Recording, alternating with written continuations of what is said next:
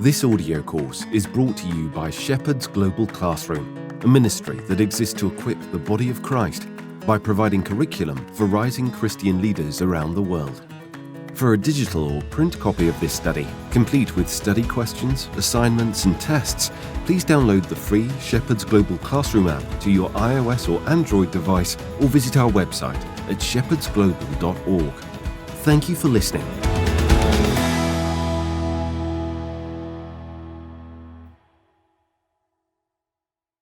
Lesson 12, Leading Change. Introduction.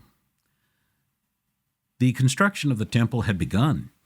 Only the foundation had been built, but that was a significant accomplishment. A crowd assembled to celebrate. Many were shouting with excitement and praising God. But when the old men saw the foundation, they realized that the new temple would be much less magnificent than the original one. They wept with sorrow that the great temple they remembered was gone forever. The sorrow and the joy were mixed together in the noise of the crowd. It was a time of great change, and people had various feelings about different aspects of the change. Ezra 3, 10-13. The reality of change. The world is changing rapidly. Technology is advancing quickly. New products are offered. Many people are changing their beliefs about life, the world, and religion. Changes impact organizations. Organizations must change to meet the needs of a changing environment.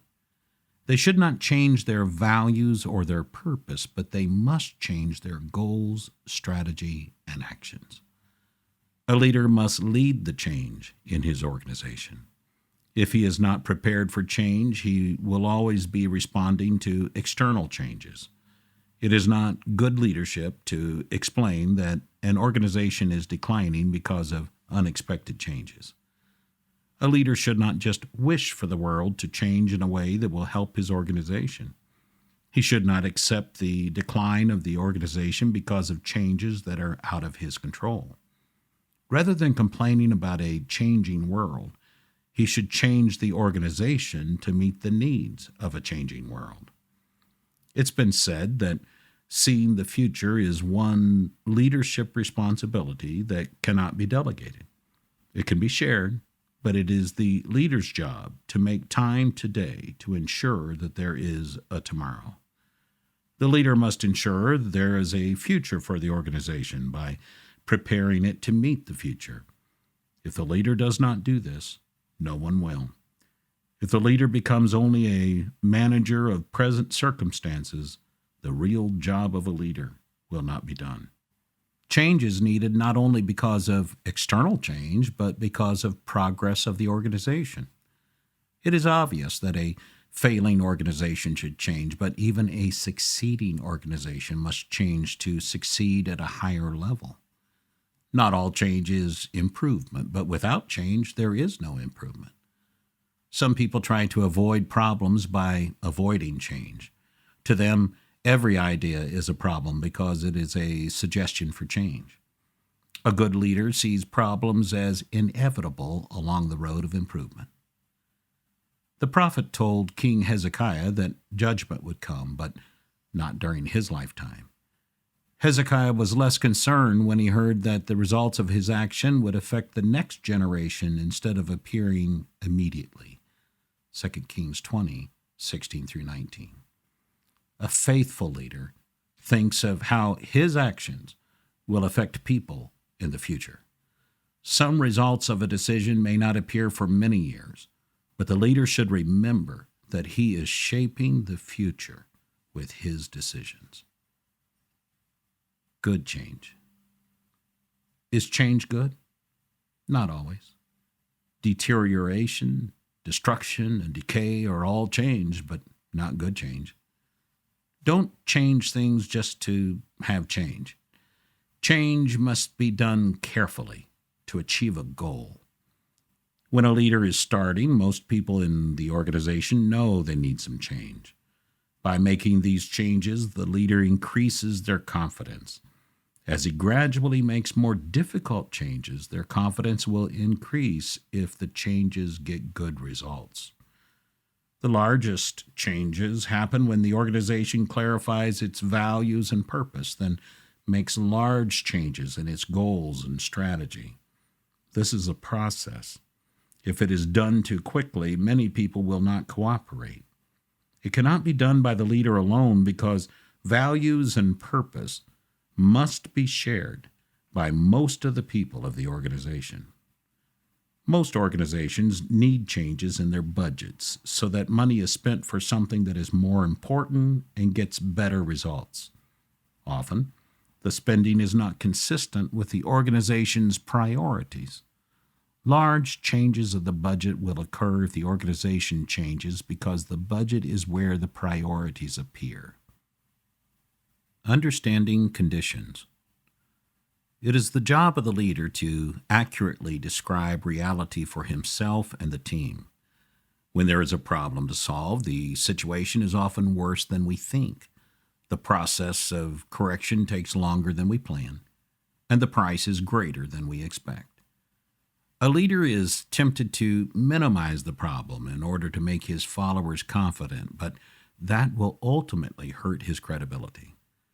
A leader may resent those who have negative reactions to his ideas, but he should listen carefully to their doubts and warnings. He must take the facts seriously. If he thinks his idea is so good that it will work, even though he has not considered all the circumstances, he will disappoint himself and the people who believe in him. If he thinks his idea is so good that it will work even though he has not considered all the circumstances, he will disappoint himself and the people who believe him. You absolutely cannot make a series of good decisions without first confronting the brutal facts. When developing strategy, consider, how are we outdated in thinking, methods, training, and skills? For developing vision, ask this question. If you had all the help and money you need, what would you want to accomplish? If you don't have an answer, then you don't have a vision. Resistance to change. What kinds of things do people say when they resist change? People resisting ministry change may say things like this. This is the method God has blessed in the past. We should not do something else. Spiritual leaders of the past taught us to do it this way. You can't say they were wrong. We don't need better methods. We need to pray more. God doesn't require that we succeed. He requires us to be faithful, so we should continue what we are doing. People who are not fully committed to improvement may say things like this. The way we have been doing it is working fine. Why change? I don't have time to do any extra work. There are different reasons for resisting change, and we should not assume that everyone has the same reason. People resist change when they don't understand the purpose, disagree with the method, value something that is being discarded, fear the new problems that may arise, enjoy a comfort zone, want to stay in a field of competence, resist additional commitment or sacrifice, have emotional or religious attachment to old practices. Preparing people for change. A good leader takes people through change with the best results and the least damage possible. Just as if you were taking the group on a journey, do the research so that you can explain to them what to expect. Be prepared.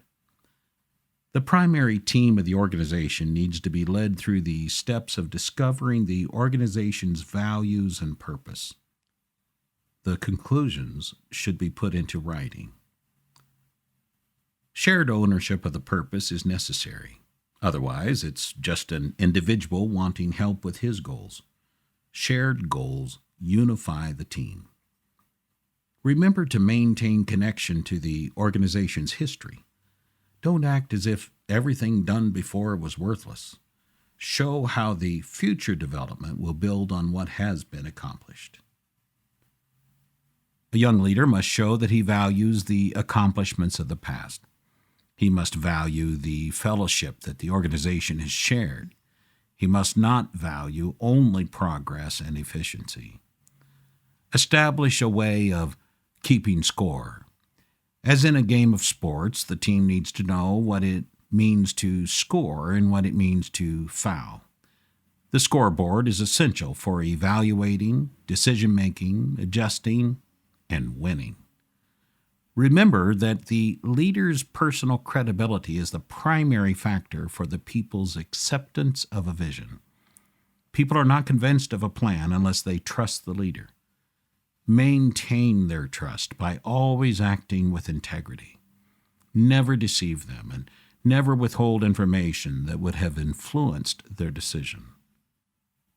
The leader needs two kinds of trust from his people. He needs them to trust his character. He also needs them to trust his competency. They must believe not only that he has good character, but that he is able to lead well. There are good people who cannot lead, and there are people with strong abilities whose character cannot be trusted. The people need to know that the leader cares about the things they care about. If they think he doesn't care, they will try to protect themselves by resisting the change and concealing their opinions and actions. Most permanent changes should not be made in response to an emergency. In an emergency situation, take time to accurately assess the situation. What is the real threat? Consider what is actually endangered and what is not. Consider what immediate response can avert the danger without writing permanent policies. What help is available? Keep the organization calm. How change affects people. People lack confidence when facing change. How to support them? Help them feel prepared. Change can make people feel alone even when everyone else is going through the same change. They may tend to guard their own interest and make secret plans. Support them by helping them to work together and share ideas so they do not feel alone. Change can lead people to think first about what they will lose. Support them by letting them talk about what they think they will lose. Don't pretend that losses are small or not real. Change can make people worry that changes are happening more quickly than they can handle. They need the support of preparing them with training and support. Schedule the changes so they do not happen too suddenly. Different people will be at different levels of readiness for change. Don't be quick to judge people who need different assurances. People need to return to their old ways if changes are not consistently implemented and maintained, so support them by helping them continue in the right direction. Implementing change. The leader's task is to define and articulate certain values and then to work to see them driven throughout the organization.